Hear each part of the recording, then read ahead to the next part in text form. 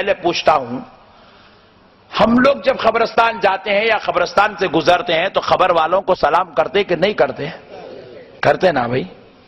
مگر میں پوچھتا ہوں، سلام آپ جب اپنے گھر میں جاتے ہیں اپنے بابا کو کرتے ہیں جبکہ وہ سو رہے ہوں رات کے 12 بجے؟ صحیح بتاؤ.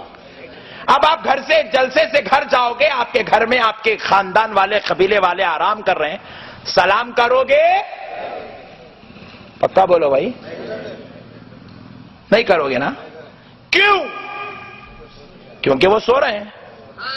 پتا چلا سونے والے کو سلام، پھر مردے کو کہاں سے کر سکتے ہیں؟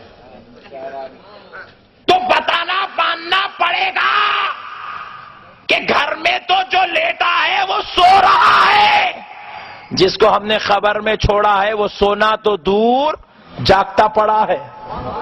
تبھی تو ہم اسے السلام علیکم کہہ رہے ہیں، وہ ہمارے سلام کا جواب دینے کی قوت رکھتا ہے. اور ایک بات سنو، آپ جاگ رہے ہیں، میں نے آپ کو سلام کیا، آپ نے اگر جواب نہ دیا، گناہگار ہے کہ نہیں ہے؟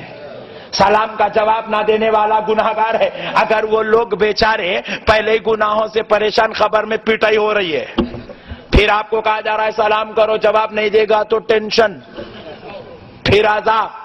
تو لہذا ماننا پڑے گا آپ سلام کر رہے ہیں تو وہ جواب بھی دے رہا ہے، نہ صرف جواب دے رہا ہے. اب ذرا آئیے وہ کتنے تصرف کے ساتھ لیٹا ہے پھر وہ بھی دیکھتے ہیں. اکثر لوگ کہتے ہیں کہ نہیں وہ مر گئے، مٹی میں مل گئے، مردے ہو گئے. ارے نادان، ان سے پوچھا گیا کوئی قرآن کی دلیل، بولے کل نفس ذائقۃ الموت، ہر جاندار چیز کو موت کا مزہ چکھنا ہے. بات پکی ہے. بولے دیکھے مرنا ہے، مر گئے. آیت ایک پڑھتا مطلب ایک نکالتا. ہمارے پاس حیدرآباد میں کئی ہوٹلیں پڑی ہے، مطلب کیا ہے؟ نام اس کا ذائقہ ٹی پوائنٹ. ذائقہ کا مطلب مزہ. ذائقے کا مطلب کیا ہے بھائی؟ ذائقہ عربی لفظ ہے، مزہ اس کا ٹرانسلیشن ہے. ٹیسٹ. ارے چائے بڑی ٹیسٹی تھی یارو، مطلب کیا بڑی مزیدار تھی. اور مزہ اس کو کہتے ہیں جو 10 منٹ بعد ختم. بات سمجھ میں آئی؟ نہیں آئی؟ تفصیلی لیتے ہیں. پیارے بزرگوں اور دوستوں ذرا غور کیجئے. اللہ رب العزت نے کہا کلو نفسن، ہر جاندار چیز کو، ذائقۃ الموت، موت کا مزہ چکھنا ہے. موت کو کھانا نہیں ہے، نگل کے ہضم کرنا نہیں ہے، ٹیسٹ لینا ہے بعد میں چھوڑ دینا ہے.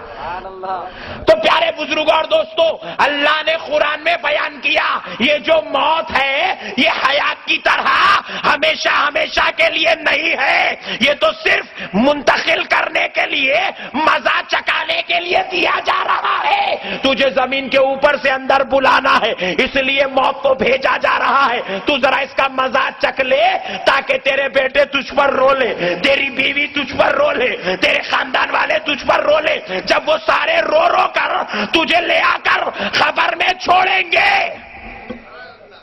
تو مزہ چکھ لے. جب تجھے نہلایا جا رہا تھا تو مزہ موت کا چکھ رہا تھا، جب تجھے کفنایا جا رہا تھا موت کا مزہ چکھ رہا تھا، جب تجھے ڈولے میں لٹا کر لے جایا جا رہا تھا تو موت کا مزہ چکھ رہا تھا، جب تیری نماز پڑھی جا رہی تھی موت کا مزہ چکھ رہا تھا، جب تجھے قبر میں لٹا دیا گیا مزہ ختم، پھر سے زندہ کیا جا رہا ہے.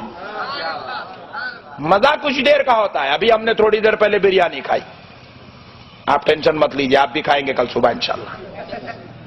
مزہ ختم. آتے وقت راستے میں بہترین چائے پیے تھے، وہ بھی مزہ ختم. مزہ کہتے ہی اس کو ہے جو ایک مقام پہ جا کے اینڈ ہو جاتا ہے. پیارے بزرگوں اور دوستوں، موت بھی. بیٹا امریکہ سے آ رہا ہے، 48 گھنٹے بابا جان کو لٹا دیا گیا تو 48 گھنٹے کا مزہ. 6 گھنٹے میں لٹا دیے دفنا دیا گیا تو 6 گھنٹے کا مزہ. جیسے ہی قبر میں لٹا دیا گیا مزہ ختم. اب ہمیشہ ہمیشہ کی حیات شروع ہو جاتی ہے. اب ذرا سوچو پیارے بزرگ اور دوستو، ارے بڑے مزے کی بات سنا دیتا ہوں. ایک مولانا کیا کیے، اپنی مسجد میں کھڑے ہو کے بیان کر دیے خبر میں 100 مردے ہوتے ہیں. 11ویں کو کرے، کبھی مردے یاد نہیں آئے، 11ویں آتے کہ سب کو مردے یاد آ جاتے ہیں. سب مردے آئے. ایک تھا عبد الغفور, انہیں جمعے کا مصلی, پھر جمعے کی عشاء سے لے کے جمعرات کی عشاء تک روزانہ ڈرنک رات میں. مولانا کا بیان جمعے کے دن سن لیا, سب مردے ہیں. بولا واہ کیا مولانا ہے, کمیٹی والوں کے قربان جاؤں ایسے مولانا کو لائے. کہاں سے پکڑ کے لائے مل صاحب؟ بولے بہار کا ہے بیٹا. اوف بہترین ہے. بولے کیا بات بتائے مولانا, خبر میں سب مردے ہیں. روزانہ رات میں جاتا تھا, جمعہ کی نماز سے پڑھ کے نکل کے چلے گیا. روزانہ 6 روپے کی پاکٹ لیتا تھا, اس دن 30 روپے کا بوٹل لے لیا, لے کے دن میں پی لیتے نکل گیا. محلے میں آیا تو مسجد کے صدر صاحب پکڑ کے پوچھے بے وقوف, روزانہ رات میں ڈرتے ڈرتے پیتا تھا, اب دن میں شروع کر دیا. صدقے جاؤں آپ کے, کیا امام صاحب کو رکھے مسجد میں, ان کی وجہ سے میری ہمت اتنی بڑھ گئی. بولے کیوں؟ آج ہی جمعہ میں مولانا نے کہا خبر میں سب مردے ہیں, تو ٹینشن کس بات کی ہے؟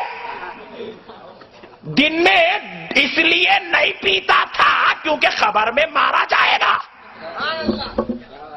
خبر میں پیٹا جائے گا, اس لیے دن میں نہیں پیتا تھا.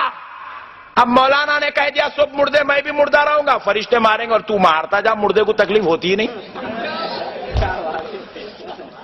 ڈبل مار, اگر مارتے مارتے تو رکا تو میں ماروں گا, مارتا جا. عثمانیہ دواخانے میں نے دیکھا لوگوں کے بھیجے نکال لیے, تکلیف نہیں ہوئی. میں اس فرشتوں کو بولوں گا عثمانیہ دواخانے کی مثال. صدر صاحب کو سمجھ میں آیا, بہت بڑا مسئلہ بیان کر دیے مولانا. پیارے بزرگ اور دوستو, سوچو جب ہم لوگ گناہوں سے بچ رہے ہیں تو وجہ کیا ہے؟ کہ خبر کے عذاب سے بچنا ہے. اور عذاب کے لیے مردان ہونا ضروری نہیں, زندہ ہونا ضروری ہے. مردے کو دیکھیے دواخانوں میں سر پیٹا جاتا ہے, کھوپڑیاں نکالی جاتی ہے, گردے نکالے جاتے ہیں, آنکھ نکالی جاتی ہے, کبھی مردہ اٹھ کے نہیں بیٹھتا کیونکہ مردے کو تکلیف نہیں ہوتی. عذاب کا سلسلہ یہی سے شروع ہو گیا. لیکن مردے کو اٹھایا جاتا ہے, نہیں اٹھایا جاتا. مردہ اٹھتا ہے, نہیں اٹھتا.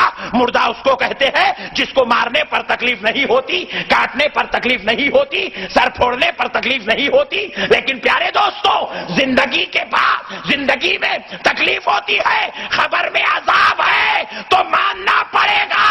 خبر میں جانے کے بعد نہ صرف مسلمان بلکہ کافر بھی زندہ ہوتا ہے, یہودی بھی زندہ ہوتا ہے, عیسائی بھی زندہ ہوتا ہے, مجوسی بھی زندہ ہوتا ہے, گناہگار بھی زندہ ہوتا ہے, ولی نبی بھی زندہ ہوتے ہیں.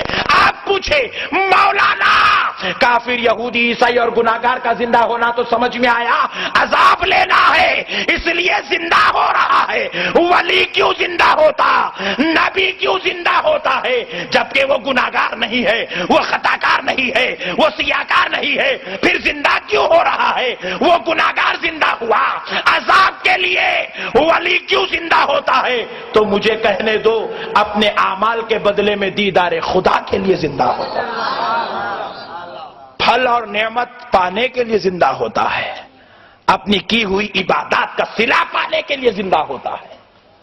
پیارے دوستو, جو قوم اولیاء کو مردہ کہہ رہی ہے, نعوذ باللہ, جاہلو تم نہیں مانتے تو مت مانو, مگر حقیقت تو یہی ہے کہ کافر بھی اپنی خبر میں زندہ ہو جاتا ہے, یہودی بھی زندہ ہوتا ہے, مجوسی بھی زندہ ہوتا ہے, شرابی